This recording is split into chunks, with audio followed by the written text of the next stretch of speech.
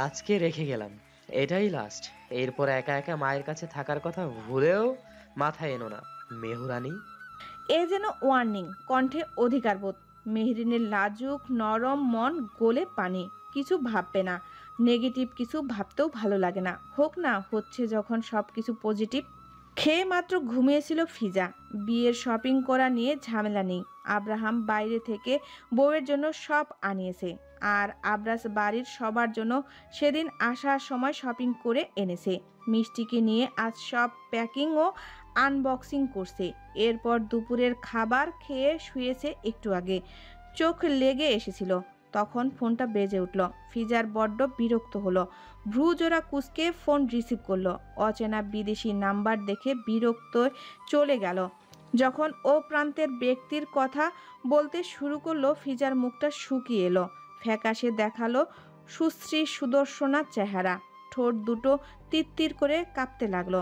Phone ঠায় কানে চেপে ধরে চুপ করে রইল, কিন্তু ফোন ততক্ষণে কেটে গিয়েছে। সেদিকে মেয়েটার খেয়াল নেই। যখন হুঁশে এলো, ফোন হাত থেকে আলগোছে নিচে পড়ে গেল। ফ্লোরে হাঁটু গেড়ে বসলো। হাঁটুর ভাঁজে মুখ গুজে এক সময় ডুকরে কেঁদে ফেলল মেয়েটা।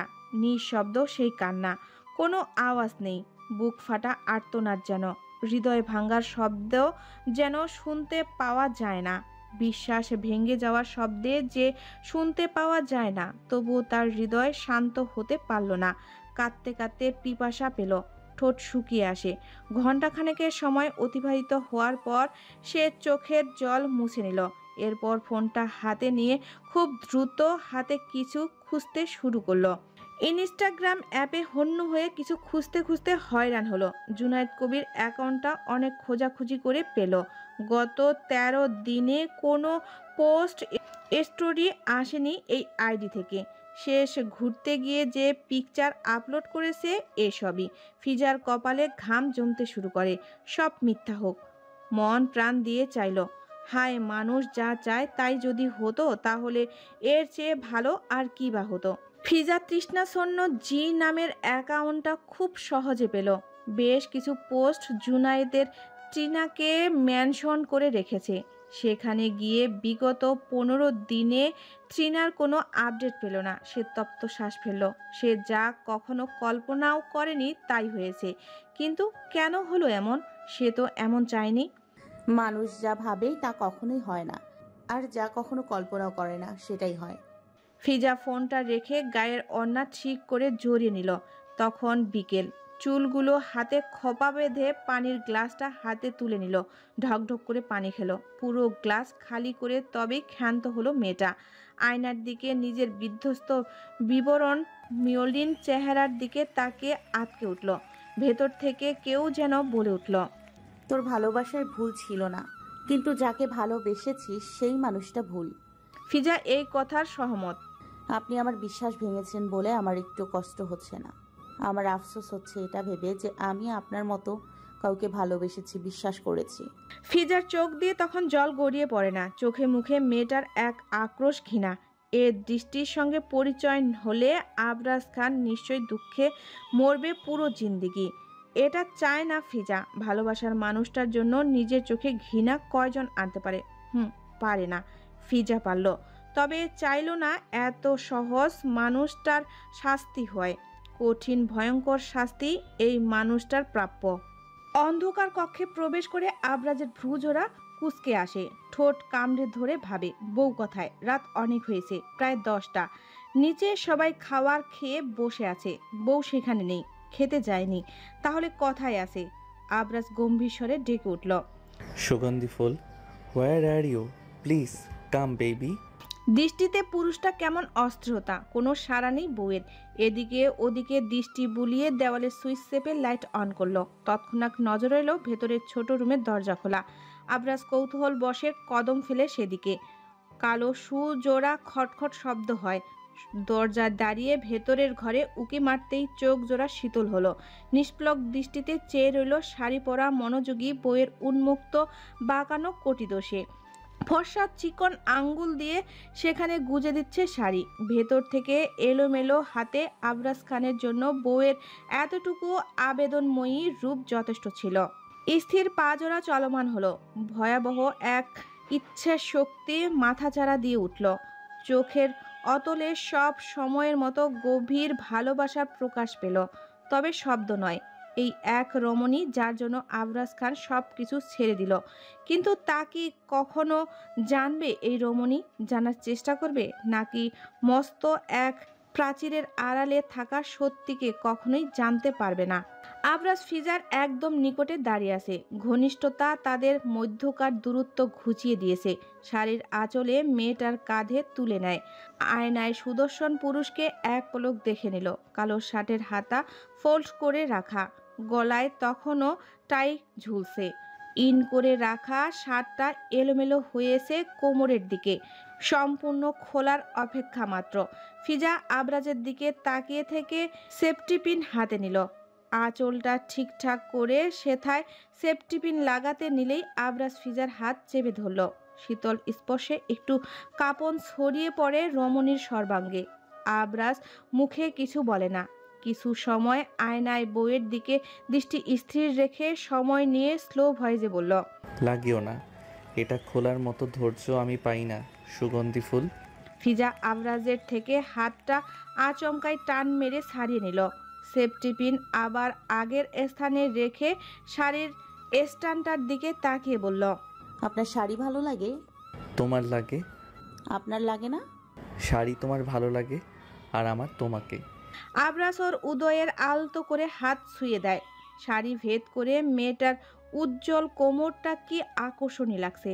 আবরাজ তার ব্যাখ্যা এই মুহূর্তে করতে পারে না, কিংবা করতে চায় না। একই তো, সোজাসুজি বললেই হলো। শাড়িটার রং প্লাস্টিক পিঙ্ক, যার মধ্যে হালকা সোনালি বা সিমারিং গোল্ড আছে। বর্ডারেও ডিজাইন সোনালি কাজ রয়েছে, যার দরুন শাড়িটার আরও এলোগ্রিন লাগছে। নাকি এই রমণীর গায়ে দিয়েই শাড়িটা আরও চমৎকার সুন্দর হয়ে উঠেছে। চেহারাও সাজসজ্জার সঙ্গে একদম মানানসই হয়েছে ফিজার। নরম রোমান্টিক ধরনের একটা লুক মেয়েটার আবরাজকে খুব করে আকর্ষণ করছে। আবরাজকে এমন অপলক তাকিয়ে থাকতে দেখে ফিজার ঠোঁট বাঁকিয়ে হাসলো। এরপর নিজে থেকে আবরাজের এক হাত নিজের কোমরে টেনে নিল, রাখলো। চোখ দিয়ে যেন ইশারা করলো কিছু। আবরাজ মেয়েটার কোমরে দু হাত রাখা মাত্রই ফিজা কোমর মৃদু দুলিয়ে পা সামনে বাড়ালো। আবরাজ পেছনের দিকে যেতে লাগলো। মেয়েটা তখনও দুলে চলছে। দুলতে দুলতে এক সময় মাস্টার বেডরুমটার মাঝে চলে এলো। আবরাজ নিজের বা হাতের আঙ্গুলের ফাঁকে ফিজার আঙ্গুলের ভাঁজে চেপে ধরল। রুমে ডিম লাইট জ্বলছে। লাইটের আলোয় ফিজার শাড়িটা চকচক করছে, যার ফলে মেয়েটার মুখও জ্বলজ্বল করছে। আবরাজ বিছানার দিকে যেতে চৈতন্য ফিরে পেল ফিজা। আবরাজ ওকে তুলতুলে নরম গদিতে ধাক্কা দিয়ে ফেলতেই সে আবরাজের টাইটা টেনে নিল, যার ফলে আবরাজ ব্যালেন্স ঠিক রাখতে পারে না। আবরাজ দু হাতে ফিজার দু পাশে রেখে হাতের উপর ভর রেখে ফিজার উপর ঝুঁকে রইল। চোখগুলো ফিজার চোখে স্থির দৃষ্টিতে চেয়ে। নিষ্প্লম এই দৃষ্টিতে ফিজার বেশি সময় তাকিয়ে থাকার মতো সাহস করতে পারল না। দৃষ্টি নুয়ে মুখ অন্য পাশে করে নিতে আবরাজ নিজের মুখ এগিয়ে ফিজার কানের কাছে নিল। ঠোঁট উষ্ণ নিঃশ্বাসের কানের ঘাড়ে আশ্রে পড়তেই ফিজার শরীর জুড়ে শিহরণ বয়ে গেল, অস্থিরতা বেড়ে গেল। হৃৎপিণ্ডের অতিমাত্রায় ধুকভুক ধুকভুক শব্দ। সে বিরক্ত হয়ে চোখ বন্ধ করে নিল। আবরাজ তৎক্ষণাৎ ফিসফিস সুরে বলে উঠল, ইউ আর ভেরি চার্মিং সুগন্ধি ফুল। এই জন্যই তো বারবার কাছে আসেন। No way, you are totally wrong. তাহলে কেন আসেন? আবরাজ এই প্রশ্নের জবাব দিল না, নিজের কাজে মগ্ন হয়ে পড়ল। অতিরিক্ত উন্মাদনা ফিজা শুধু অনুভব করে গেল। আবরাজ খানের এক অদ্ভুত শীতল স্পর্শ তাকে কাবু করে নেয়। ভালোবাসার চাদরে যেন জড়িয়ে সে অনুভব করে, তবে মুখে কোনো তা প্রকাশ করতে নারাজ এই পুরুষ। রাতের গভীরতা বাড়তেই থাকে, সেই সাথে গভীর হয় আবরাজের এক একটা স্পর্শ। যখন সে নিজের কার্যসিদ্ধি হাসিল করে বউকে বুকে চেপে ধরে শুয়ে পড়ে, তখন তার রাশভারী কণ্ঠস্বর হিমভাবে ন্যায় শীতল হয়ে আসে।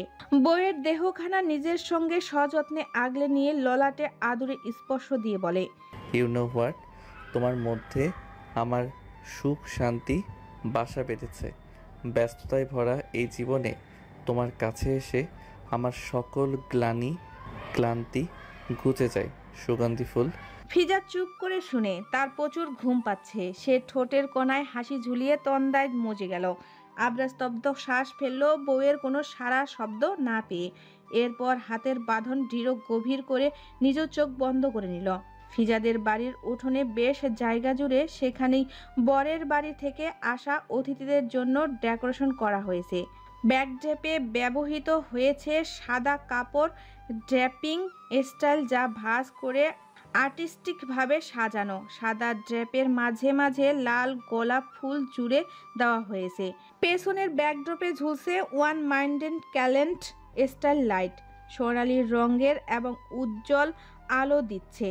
ব্যাকড্রপের উপর অংশে রয়েছে ঘনভাবে সাজানো সাদা কৃত্রিম ফুলের গার্ল্যান্ড, 3টি সেটিং চেয়ার, মাঝখানে একটি বড় সোফা যেখানে বসে আছে মেহরিন আব্রাহাম, পাশে 2টি আরামদায়ক হাতলওয়ালা চেয়ার যেগুলোর মধ্যে বসে অনেকেই বর বউয়ের সাথে নিজেদের ক্যামেরা বন্দি করতে প্রতিচ্ছবি।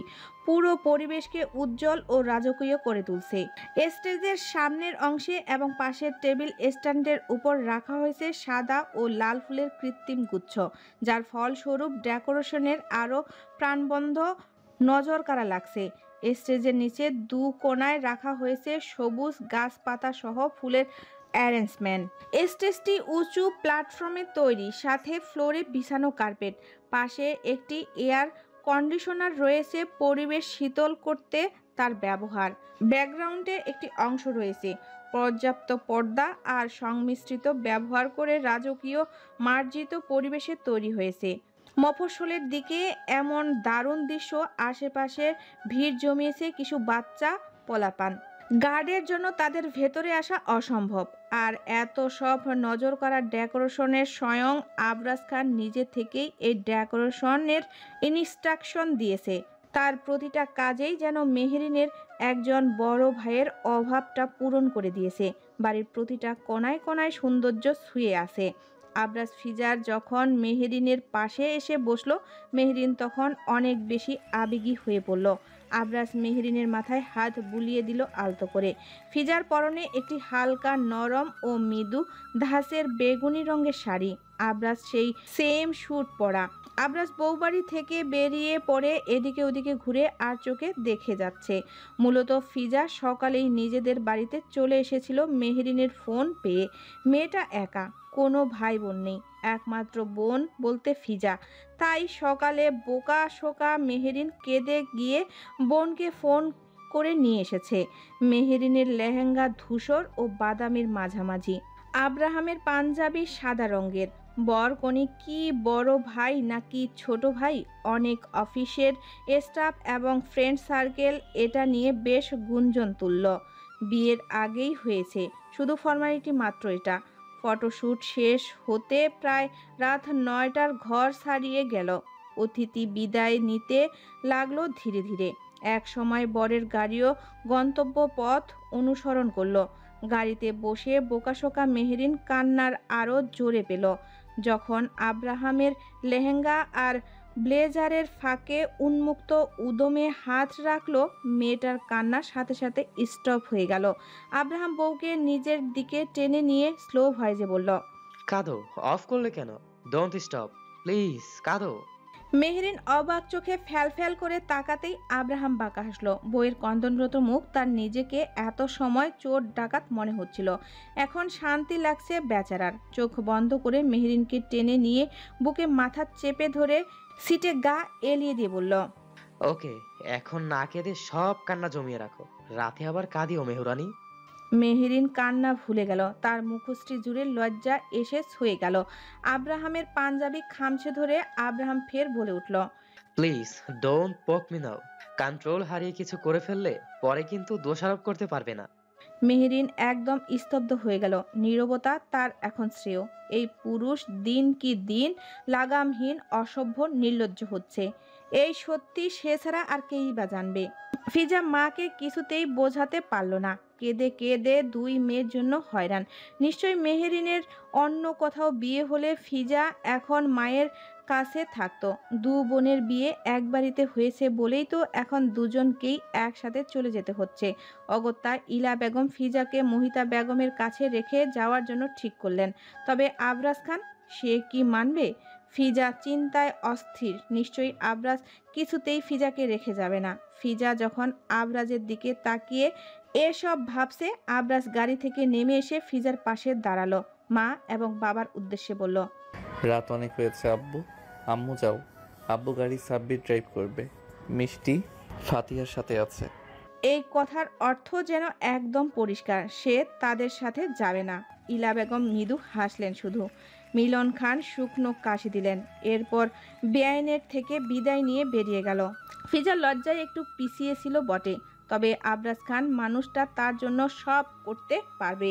একটু ভরসা, বিশ্বাস সে এই পুরুষকে চোখ বন্ধ করে করতে পারবে। যদি পুরো পৃথিবী একদিকে থাকে আর ফিজা থাকে তার বিপরীতে, তবে এই পুরুষ তাও নিজের অর্ধাঙ্গিনীর সাইড নেবে। এই শুধু মুখের কথা নয়, এর প্রমাণ আবরাজ খান নিজেই। আব্রাহাম এসেছে পর আর রুমের বাইরে যাচ্ছে না, রুমেই ঘাপটি মেরে বসে আছে। অথচ এখন রুমে বসে থাকার কথা ছিল না বেচারার বউয়ের। মেহেরিন এসে কাপড় চেঞ্জ করে নিচে চলে গিয়েছে। অতিথি যারা আছে তারা বিদায় নিচ্ছে, সেই জন্য এখনো মেহেরিন আসতে পারেনি। আব্রাহাম বার কয়েক উকিঝুঁকি মারল রুমের বাইরে, অথচ একটা কাকপক্ষী নেই দোতলার করিডোরে। মিষ্টিটাও আজ চাঁদ হয়েছে, দেখাই পাওয়া যাচ্ছে না। আব্রাহাম ঘড়ি দেখল, রাত 10:30। দেখে বেচারার মুখটা মলিন হয়ে এলো। অর্ধেক রাত চলে গেল। এমনিতেই রাত ছোট, সে বাসর কখন করবে? আব্রাহাম নিজের ফ্রেন্ডদের অবধি বিদায় করেছে আগে আগে, কিন্তু এতেও লাভ হলো না। বিছানায় চিত হয়ে শুয়ে সিলিংয়ের দিকে চেয়ে রইল। দরজা লাগানোর শব্দে সে শোয়া থেকে উঠে বসলো। মেহেরিন এসেছে। বড্ড ক্লান্ত দেখাচ্ছে মেয়েটার চোখ মুখ। নাদুস নুদুস মুখখানা একটুকু দেখাচ্ছে। আব্রাহামের দিকে তাকিয়ে মেয়েটা মৃদু হাসি বলল, সরি, অনেকক্ষণ একা থাকতে হয়েছে আপনাকে। ইটস ওকে, কোনো ব্যাপার না, তুমি ফ্রেশ হয়ে এসো। আব্রাহাম বলে উঠল। মেহেরিন মুস্কি হেসে ওয়াশরুমে চলে গেল। আব্রাহাম দরজা খুলে বেরিয়ে গেল রুম থেকে। নিচে এসে দেখলো মেড ডাইনিং টেবিলে খাবার গুছিয়ে রাখছে। ইলা বেগম রান্না ঘরে কিছু একটা করছে। আব্রাহাম মাকে ডেকে বলে উঠল, আম্মু, আমার খাবারটা রুমে দিও। কেন বাবা, শরীর কি বেশি ক্লান্ত? মেহু যে বলল তুই নিজে এসে খাবি। ও আচ্ছা, এরকম বলেছে নাকি? অ্যাকচুয়ালি হয়েছে কি আম্মু, আমার ঘুম পাচ্ছে অনেক। রুমে খাবারটা নিয়ে গেলে খেয়ে আর্লি শুয়ে পড়তে পারবো। আব্রাহামের কথা শুনে ইলা বেগম আর কথা বাড়ালো না। মেয়েটকে বলল দুজনের খাবার রুমে দিয়ে আসার জন্য। আব্রাহাম মুখ গম্ভীর করে রেখেছে। ইলা বেগম ছেলের মাথায় হাত বুলিয়ে বলল, শরীর বেশি খারাপ লাগলে মাকে ডেকো, আর খাবার দুজনেরটাই রুমে পাঠিয়ে দিচ্ছি। আব্রাহাম মায়ের কথায় মুস্কি হেসে মাথা নাড়ল। এরপর সিঁড়ি বেয়ে উপরে চলে এলো। রুমে এসে দেখলো মেহেরিন বিছানায় শুয়ে পড়েছে অলরেডি। আব্রাহামের চিন্তায় কপালে ভাঁজ পড়ল। মেয়েটার শরীর কি বেশি খারাপ লাগছে? সে দ্রুত পায়ে মেহেরিনের পাশে এসে বসলো। কপালে হাত দিয়ে দেখলো শরীরটা সামান্য গরম, মানে জ্বর আসার সম্ভাবনা রয়েছে। আব্রাহাম অস্থিরতা বাড়ল। আলতো করে মেহেরিনের গালে হাত রেখে বলে উঠল, শরীর খারাপ লাগছে বেশি? ডক্টর ডাকি? আরে আপনি এত অস্থির হবেন না, গরম আমি সহ্য করতে পারি না তো, তাই একটু খারাপ লাগছে। রেস্ট করলে ঠিক হয়ে যাবে, আপনি খেয়ে আসুন গিয়ে। মেহেরিনের কথা বলতে একটু অস্বস্তি পেল আব্রাহাম। এরই মধ্যে দরজায় টোকা পড়ল। আব্রাহাম গম্ভীর স্বরে বলল, কাম। একজন মেড খাবার নিয়ে এসেছে। আব্রাহাম নিজের কাছে নিয়ে নিল খাবারের ট্রে, বিছানায় রেখে দিয়ে দরজাটা বন্ধ করে এলো। এরপর মেহেরিনকে শোয়া থেকে উঠে বসতে বলল। মেহেরিন না উঠে শুয়ে থাকা অবস্থায় বলে উঠল, আপনি খেয়ে নিন, আমার এখন ইচ্ছে করছে না, পরে খেয়ে নেব আমি। আব্রাহাম মেহেরিনের কথার কোনো প্রতিক্রিয়া করলো না। মেহেরিনকে ঠেলে ঠুলে শোয়া থেকে তুলে বসালো। সে নিজের মতো খাবার নিয়ে মুখের সামনে ধরল মেয়েটার। মেহেরিন কি করবে বুঝতে পারে না। একটু অস্বস্তি, কেমন একটা অজানা অনুভূতিতে মেয়েটার বুকটা ড্রিম ড্রিম শব্দ করছে। এমন একজন পুরুষ যে বউয়ের সর্বত্রটা খেয়াল রাখে, মেহেরিনের সত্যি মনে হয় আব্রাহামের কথাটা আসলেই সত্যি। সে সত্যি লাকি গার্ল যে আব্রাহামের মতো এমন গুড হার্ট পারসন একজনকে লাইফ পার্টনার করে পেয়েছে লাইফে। মেয়েদের আর কি চাই? মণি মুক্তা পয়সা থাকলেই ক্রয় করতে পারা যায়, কিন্তু ভালোবাসা, আদর, যত্ন, সম্মান, দায়িত্ববান এবং একজন ব্যক্তিবান লাইফ পার্টনার শুধু ভাগ্যবান মানুষটাই পেয়ে থাকে। মহিতা বেগম অনেক কাঁদছেন। তৃতীয়বারের ন্যায় তিনি আবারও কাঁদতে কাঁদতে হয়রান হয়ে গেছেন। প্রথমবার যখন স্বামীর অকাল মৃত্যুতে, দ্বিতীয়বার বড় মেয়ের বিয়েতে, আজ তৃতীয়বার ছোট মেয়ের বিয়েতে। জন্মদাত্রী মা হয়েও নিজের কন্যাদের নিজের কাছে ধরে রাখার সাধ্য ওনার নেই। ভয়াবহ যন্ত্রণা বুকে চেপে তিনি বেঁচে আছেন যেন। মেহমান, আত্মীয় স্বজন অনেকেই আছেন, আবার অনেকেই বিদায় নিয়েছেন। মহিতা বেগমের এক চাচাতো ভাইয়ের বউ আজ থাকবে ওনার সাথে। বাড়িতে খাবার দাবার আর সকল কার্যক্রম তিনি কাজের মেয়েটাকে নিয়ে সামলাচ্ছে। ফিজার রুমে এলো যখন, তখন রাত 11:30। আবরাজও সবেমাত্র সব ঝামেলা শেষে শাওয়ার নিয়ে ওয়াশরুম থেকে বেরিয়ে এসেছে। ফিজা শাড়ি চেঞ্জ করে নর্মাল একটা সাদা লং গাউন পরেছে, ঢিলা প্লাজো, সাথে রংধনুর 7 রঙের মিশ্রিত এক ওড়না। লম্বা চুলের খোপা খুলে ক্লিপ দিয়ে আটকে রেখেছে, যার ফল এলোমেলো হয়ে চারিদিকে চুল বেরিয়ে খোপা ঝুলে আছে। আবরাজ আস্তে করে ঢোক গিলে নিল। নিজে মোবাইলে কল আসার ধ্যান ভাঙে আবরাজের। ফিজা বিছানার কাছেই ছিল, ফোন সেই হাতে নিল। সাব্বির কল দিয়েছে। ফিজা বলল,